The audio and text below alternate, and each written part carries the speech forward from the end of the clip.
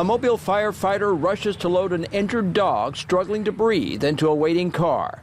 But just moments earlier, the picture looked far more bleak, with fire medics pumping oxygen into the black lab in an effort to revive it.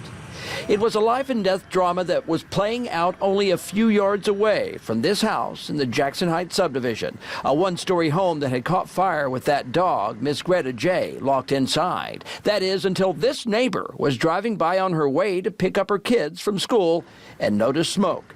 Her instincts told her to check it out, so she pulled into the driveway. And I noticed no cars were there, and then that's when I noticed the back kitchen window was black.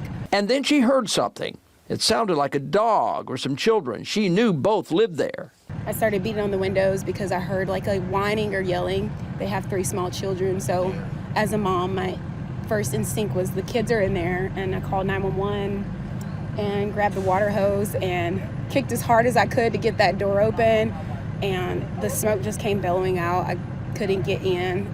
It was just too much. Soon the neighbor was joined by an AT&T employee who happened to be in the neighborhood, who trained a hose on the door as she yelled the dog's name. By then, the fire department arrived. We advised there's supposed to be a black lab in there.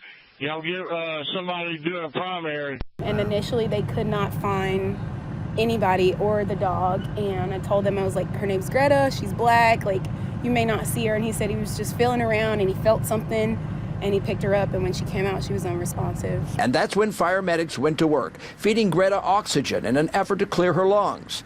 The woman stayed by the dog's side, hoping and praying the efforts would pay off. More than 10 minutes would pass, and then a wag, and then another. Greta's eyes became more fixed. And when her owner arrived, that familiar voice and caress gave Greta the encouragement she needed. The minute she took a deep breath, like, I just cried in relief. Like, I just couldn't imagine losing my animal. It's just like family. So I thank God for the fire department getting here in time. Her movements grew stronger until firefighters knew it was okay to make the move to the vet. Mobile Fire Rescue Department spokesperson Jeff Holler says calling the dispatchers at 911, even when you're not sure, is still a good move.